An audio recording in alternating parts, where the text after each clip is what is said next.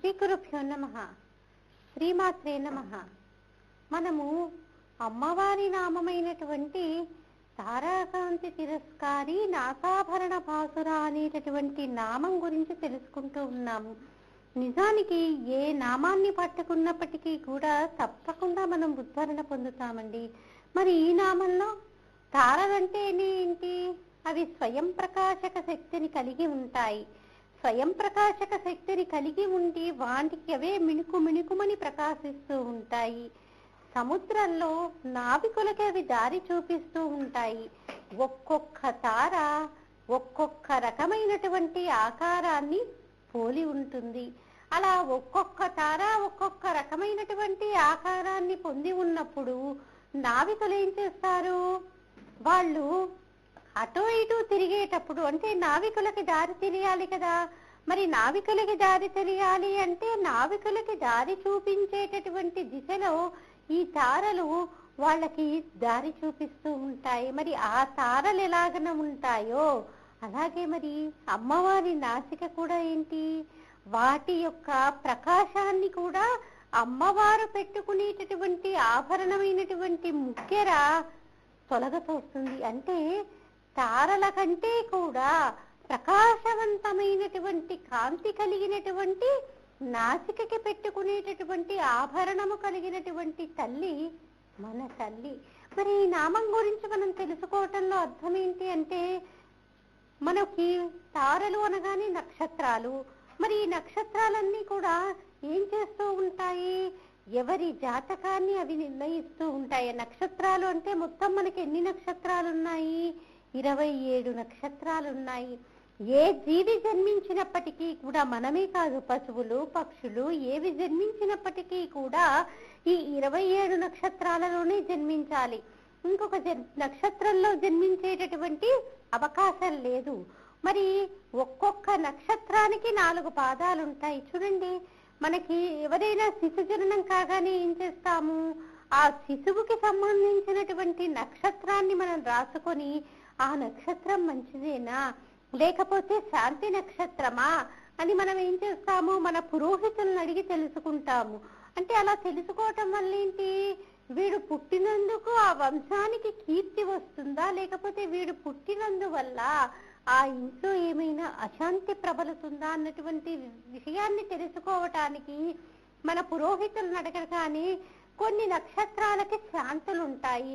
ఆ అధిష్టాన దేవతకి కనుక మనం పూజిస్తే, హవిస్సుని కనుక మనము చక్కగా సక్రమంగా అందచేస్తే తప్పకుండా ఆ అధిదేవత సంతోషించి ఏం చేస్తుంది?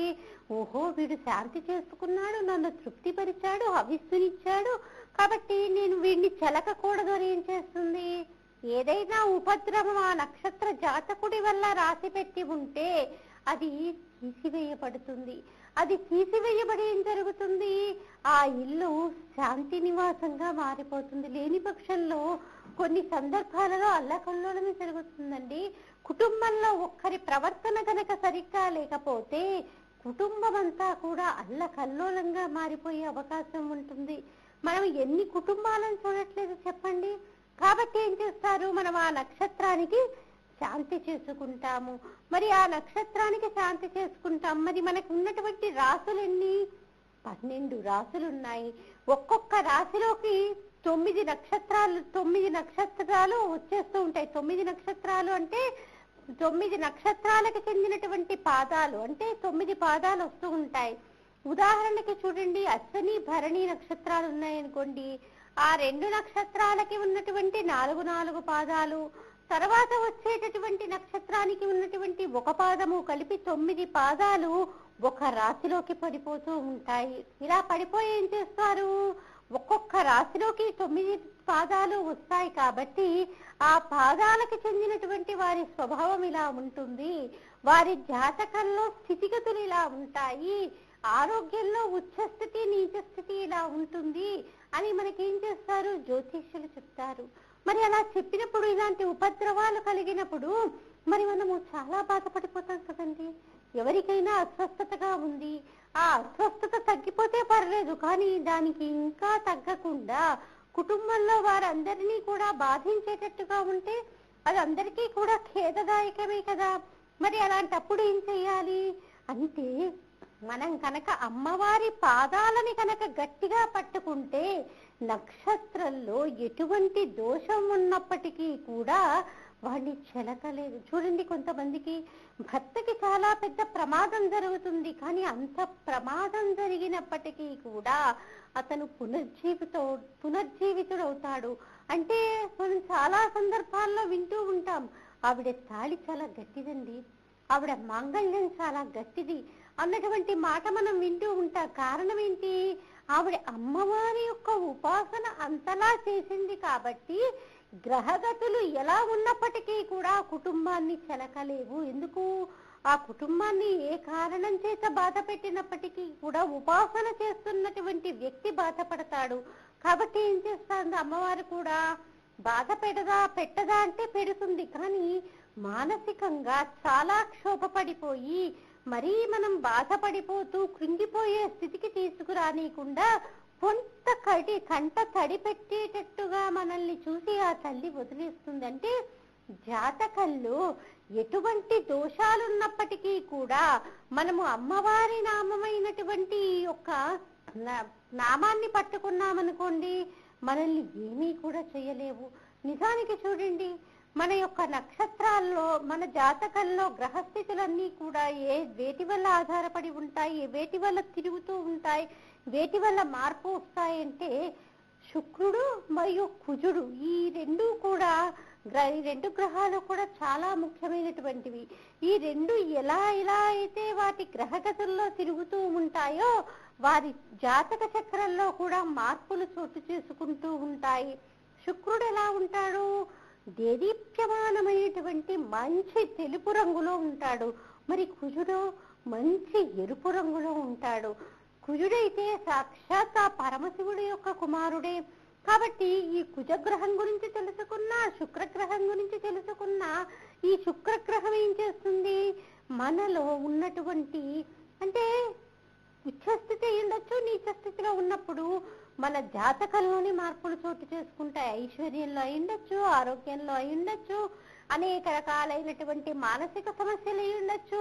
ఈ రెండు నక్షత్రాల వల్లే జరుగుతూ ఉంటాయి. ఉదాహరణకి చూడండి, మనకి ఎప్పుడు తెలుస్తుంది ఈ శుక్రగ్రహం గురించి, కుజగ్రహం గురించి వాళ్ళు ఎలా ఉంటారు, ఏ వాహనాల మీద వస్తుంటారు, ఎక్కడ తిరుగుతూ ఉంటారు అన్నటువంటిది మనకి ఏ వ్రతం చేసుకుంటున్నప్పుడు మనకి గుర్తుకొస్తుంది అంటే, మనము కుటుంబంతో కలిసి శ్రీ సత్యనారాయణ స్వామి వారి యొక్క వ్రతం చేసుకుంటున్నప్పుడు మనం గ్రహాలన్నింటినీ కూడా పిలుస్తాం. ఎందుకు?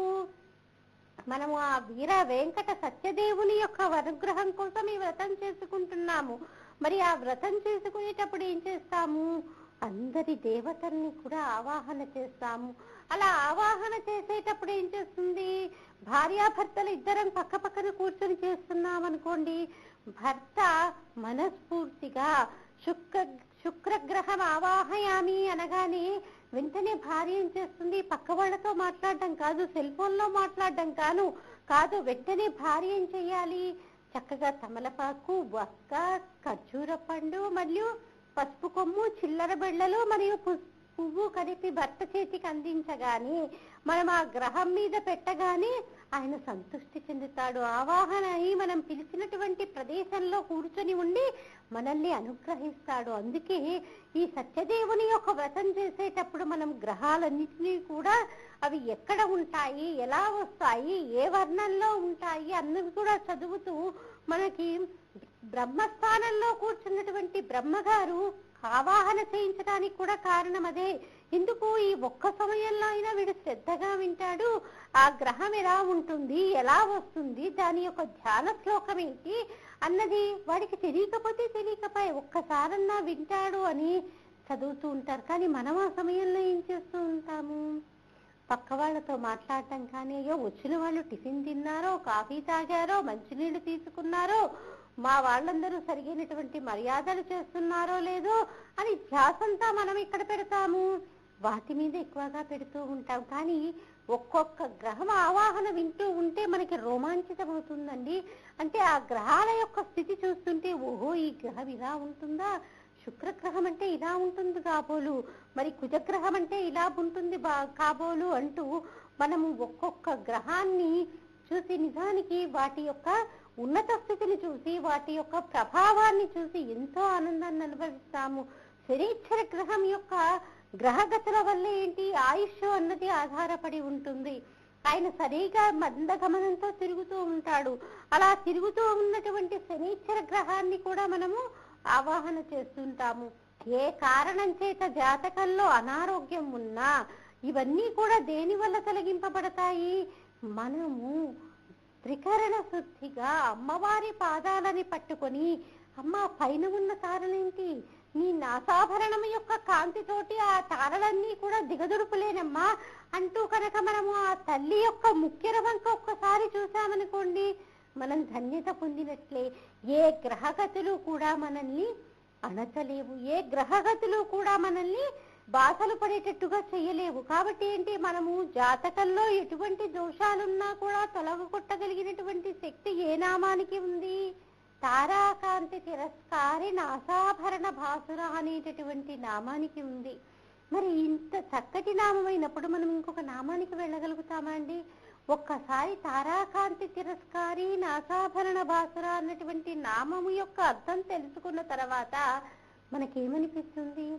ఓహో, అమ్మవారు తన ముక్కుటి పెట్టుకునేటటువంటి ముక్కెర ఒకవైపు చంద్ర సంబంధమైనటువంటి వజ్రాలతోటి ముత్యాలతోటి పొదగబడినటువంటి ముక్కెర, మరి ఇంకొక వైపు ఏమో సూర్య సంబంధమైనటువంటి ఎరుపుకి సంబంధించినటువంటి కుజుడికి సంబంధించినటువంటి పగడాలతో ఉన్నటువంటి ముక్కెర.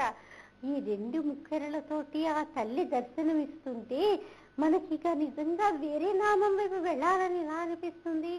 పైగా ఏంటి, మన జాతకాన్నే మార్చేటటువంటి తల్లి ఆ తల్లి. ఆవిడ ఆ సింహాసనంలో అలా కూర్చొని మనల్ని అలా అనుగ్రహిస్తూ ఉంది కాబట్టి మనకి ఎన్ని కష్టాలు వచ్చినప్పటికీ కూడా, ఎన్ని బాధలు కలిగినప్పటికీ కూడా అవి మన మనసునికి స్వీకరించకుండా, అమ్మా ఇంత కష్టం నువ్వు కలిగించావంటే ఏ జన్మలో నేను ఈ పాపం చేశాను, మరి ఆ పాపాన్ని పోగొట్టుకునేటటువంటి స్థితిని నాకు అనుగ్రహించావు తల్లి, ఇక ఈ జన్మకి నాకు చాలు తల్లి, నీ అనుగ్రహం వల్లే కదా అంత బాధలోనూ కూడా నేను మనశ్శాంతిగా ఉండగలుగుతున్నాను అనుకునేటటువంటి స్థితి మనకు ఎప్పుడు కలుగుతుంది? ఈ తల్లి యొక్క నామం వల్ల. ఈ నామం వల్ల మనం ఏం చేస్తున్నాము? మన గ్రహగతుల్లో ఉన్నటువంటి దోషాలని పోగొట్టుకోవడమే కాదు, అంటే మనసులో మనకి తృప్తి అనేది మిగుర్చుకోగలుగుతున్నాము. కొంతమందిని గమనించండి, వాళ్ళకి ఎంత చేసినా కానీ, ఎంత సంపాదించినా కానీ, ఎంత పేరు ప్రఖ్యాతులు పొందినప్పటికీ కానీ తృప్తి ఉండదు. ఇంకా ఏదో సాధించాలి, పక్కవాడేదో పొందేశాడు, ఇంకా నేను పొందాల్సింది ఇంకెంతో ఉంది అన్నటువంటి ఆలోచనతో ఎప్పుడూ కూడా సతమతమైపోతూనే ఉంటారు. చాలు, అమ్మవారి అనుగ్రహంతో ఈ 4 నామాలు చెప్పుకునేటటువంటి స్థితి నాకు కలిగింది, ఇక ఈ జన్మకి చాలు అనుకోవడం కాదు, ఇంకా ఏదో సాధించాలన్నటువంటి తాపత్రయంతో మనము ఇంకా చెయ్యాలనుకున్నా కొద్దీ ఏంటి, మనసులో అశాంతి అనేది ప్రబలిపోతుంది, చికాకు పెరిగిపోతుంది. ఆ చికాకుతోటి ఏంటి, ఎక్కడా కూడా మనము స్వాంతనగా ఉండలేము, ప్రశాంతంగా ఉండలేము. జీవితం అంతా ఈ చికాకుతోటే సరిపోతుంది. ఏ రోజైనా నువ్వు ప్రశాంతంగా హాయిగా శాంతంగా ఉన్నావా అంటే ఆ నిమిషాన్ని మనము మన డైరీలో సువర్ణాక్షరాలతో లిఖించుకునేటటువంటి రోజు వస్తుంది. కాబట్టి మరి అలాంటి వాళ్ళు ఏం చేస్తారు? అలాంటి వాళ్ళని కూడా మనం ఏం చేయాలి? ఈ నామాన్ని పట్టుకోమనాలి. నువ్వు ఎందుకు అలా చికాకు పడతావు? జాతకంలో ఎటువంటి దోషం ఉన్నా ఆ తల్లి యొక్క ఈ నామంతో, ఆ తల్లి యొక్క ముఖ్య దర్శనంతో నీకు ఆ యొక్క దోషాలన్నీ కూడా తొలగింపబడతాయి. కాబట్టి ఈ నామం పట్టుకో, ఈ నామంతో నువ్వు ఉద్ధరణ పొందవచ్చు అని మనం చెప్పినంత మాత్రాన ఎదుటివాడు విన్నాడే అనుకోండి, తప్పకుండా వాడు కూడా మనసులో తృప్తి అనేది పొంది ఆ తల్లి వైపు అడుగులు వేసేటట్టుగా చేసుకోగలిగినటువంటి నామము ఈ నామము. కొంతమందికి చూడండి, దైవభక్తి ఉంటుంది, పొద్దున్నే లేచి చదువు పూజ చేసుకోవాలనుకుంటారు, అది చేయాలనుకుంటారు, అమ్మవారికి అర్చన, లేకపోతే శివుడికి అర్చన, విష్ణుమూర్తికి అర్చన, అదే మంగళ శుక్రవారాలు అనుకోండి ఆంజనేయ స్వామికి ఏదో చేయాలనుకుంటారు. కానీ తెల్లవారిన తర్వాత ఏమనిపిస్తుంది వాళ్ళకి? అబ్బా ఇప్పుడే కదా తెల్లారింది, చక్కగా మబ్బుగా ఉంది, వాతావరణం చల్లగా ఉంది, కాసేపు పడుకుందాంలే, ఇప్పుడే లేచి పూజ చేస్తేనే దేవుడు మనల్ని అనుగ్రహించేది, తర్వాత చేసినా ఆయన అనుగ్రహిస్తాడులే అంటూ ఏం చేస్తాము, దాన్ని దాట వేస్తాము. అంటే మనసు ఏంటి, ఆ వైపుగా అడుగులు వేయదు. కానీ ఎప్పుడైతే ఈ నామాన్ని పట్టుకుంటామో మన మనసులో కూడా ఏంటి, పూర్తి నమ్మకం అన్నమాట. అమ్మవారు నా ఎందు ఉంది, నా సింహాసనం మీద కూర్చున్నటువంటి నా తల్లి నా పైన దృష్టి వీక్షణంగా ఉంది. అంటే అపాంగత్తే లబ్ధ్వా, అపాంగత్తే లబ్ధ్వా అంటే ఏంటి, మనము అమ్మవారి యొక్క కటాక్షాన్ని చాలా చిన్న చూపుతోటి, పొట్టి చూపుతోటి, తల్లి చూడండి చంటి పిల్లవాడిని పక్క మీద పడుకోబెడుతుంది. పక్క మీద పడుకోబెట్టి తల్లి తన పనులన్నీ కూడా తాను చేసుకుంటూనే ఉంటుంది. అలా చేసుకుంటూ ఆదమరిచి పిల్లవాడిని వదిలేస్తుందా? లేదే.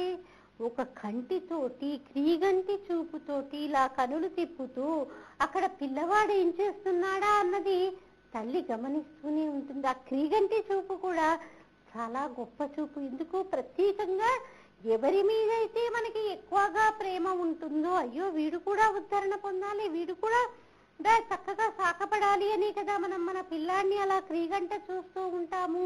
ఏదైనా పిల్లవాడికి ఇబ్బంది కలుగుతుందేమోనని అమ్మవారు కూడా అట మనల్ని ఎప్పుడైతే మనకి ఆ భావన కలుగుతుందో వెంటనే ఆవిడ తన యొక్క క్రీగంటి చూపుని మన పైన విసురుతుంది.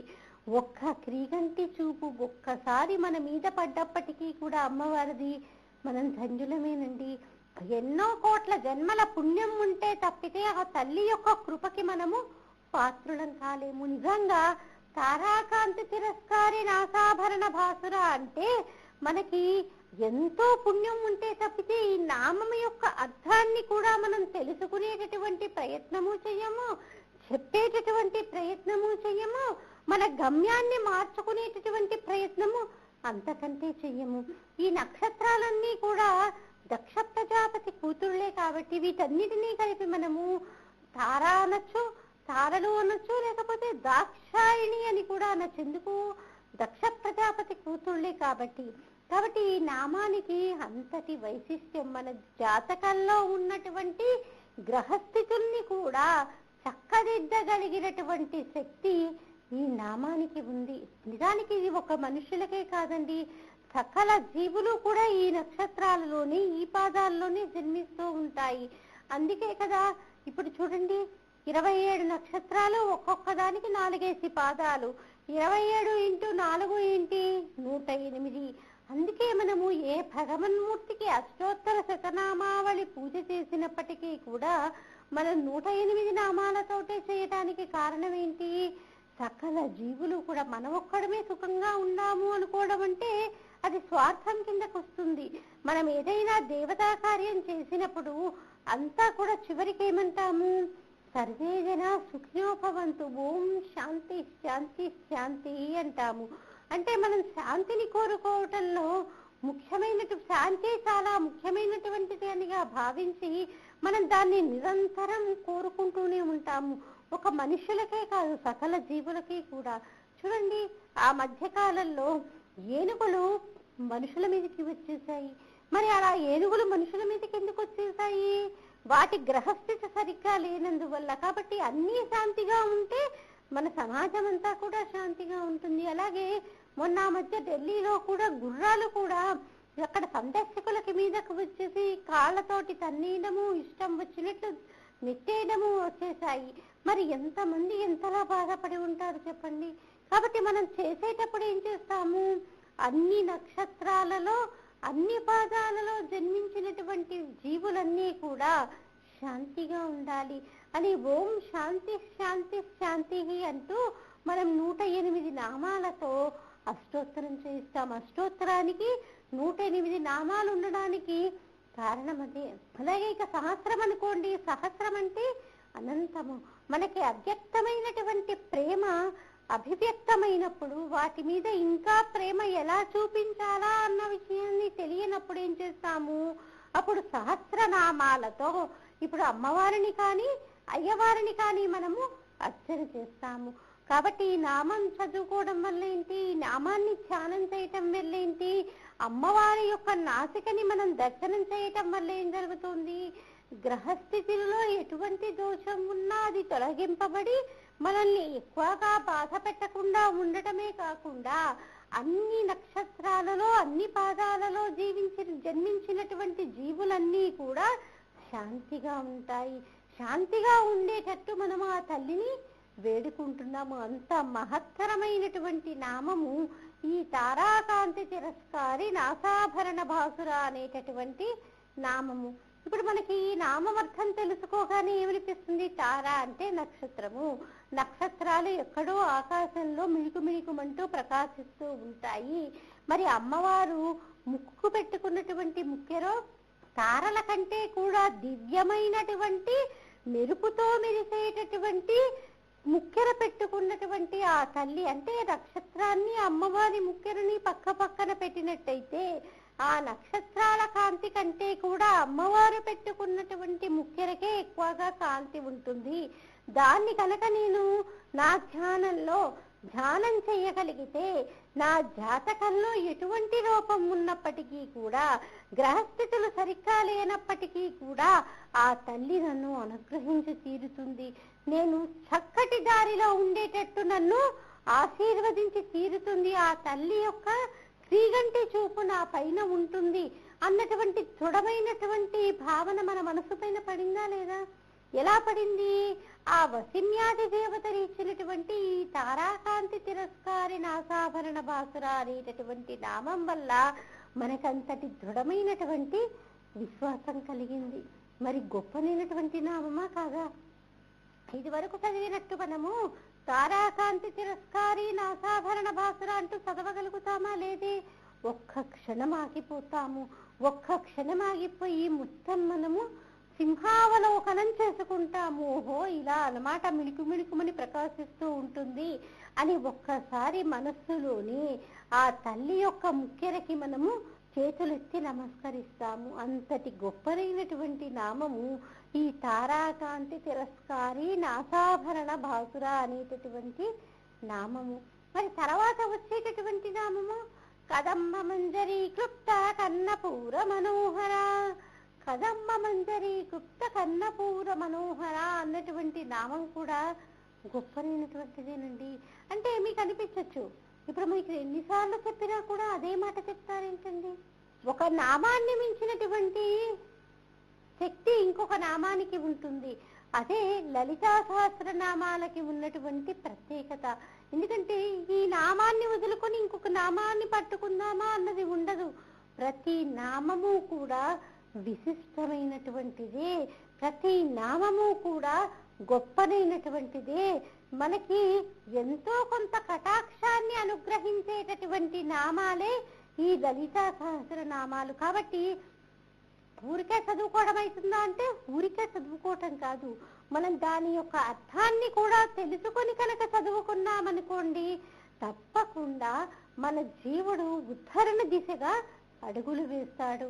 మరి ఈ కదంబ మంజరి క్లుప్త కన్నపూర మనోహర అన్నటువంటి నామం ఉందనుకోండి, ఈ నామంలో మనకి వసిన్యాది దేవతలు ఏం చెప్తున్నారు?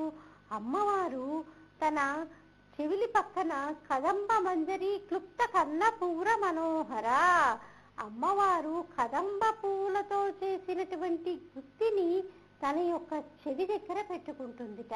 నిజానికి ప్రతి స్త్రీ కూడా, సువాసిని అయినటువంటి ప్రతి స్త్రీ కూడా అలంకరించుకోవలసినటువంటి వాటిల్లో పుష్పాలు కూడా ఒకటి. సువాసిని అని మనకు ఎలా తెలుస్తుందండి? ఎదుట ఉన్నటువంటి వారు సువాసిని అని మనకు ఎలా తెలుస్తుంది అంటే, నుదుటిన పెట్టుకున్నటువంటి కుంకుమ ద్వారా, చేతికి వేసుకున్నటువంటి గాజుల ద్వారా, మెడలో ఉన్నటువంటి మాంగళ్యం ద్వారా, తలలో పెట్టుకునేటువంటి పూల ద్వారా మనకి తెలుస్తూ ఉంటుంది. ఇప్పుడంటే అసలు తలలో పూలు పెట్టుకునేటటువంటి విషయాన్ని కనుక మనం చర్చించుకుంటే చాలా వరకు తగ్గిపోయారని చెప్పవచ్చు.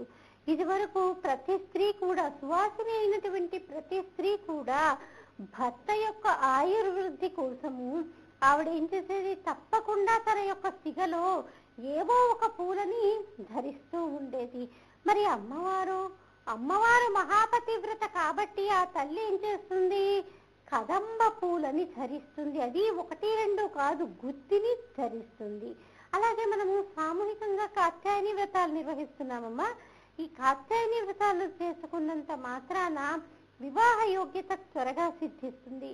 మీరు సంప్రదించాల్సినటువంటి మా టెలిఫోన్ నెంబర్ 8125512611 సంప్రదించగలరు. అలాగే మీకు కుటుంబంలో ఎటువంటి సమస్యలు ఉన్నప్పటికీ కూడా, అంటే దాంపత్య జీవితంలో అయి ఉండొచ్చు, లేకపోతే కుటుంబపరమైనటువంటి సమస్యలు ఏవి ఉన్నప్పటికీ కూడా మీరు సంప్రదించాల్సినటువంటి మా టెలిఫోన్ నెంబర్ 8125512611 సంప్రదించగలరు. ఇంకా దీనికి సంబంధించిన విషయాన్ని మళ్ళీ మన కార్యక్రమంలో తెలుసుకుందామమ్మా. స్వస్తి.